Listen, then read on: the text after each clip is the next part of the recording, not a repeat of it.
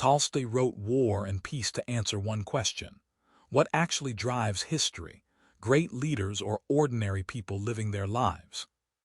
First revelation. History isn't shaped by Napoleon or generals. It's the collective choices of millions of individuals that create massive change. Second truth. We can't control life's chaos, but we can control how we respond. Peace comes from accepting what we cannot change. Read this if you feel powerless in today's chaos. Tolstoy shows your individual choices matter more than you think. Follow One Book, One Coffee for more wisdom.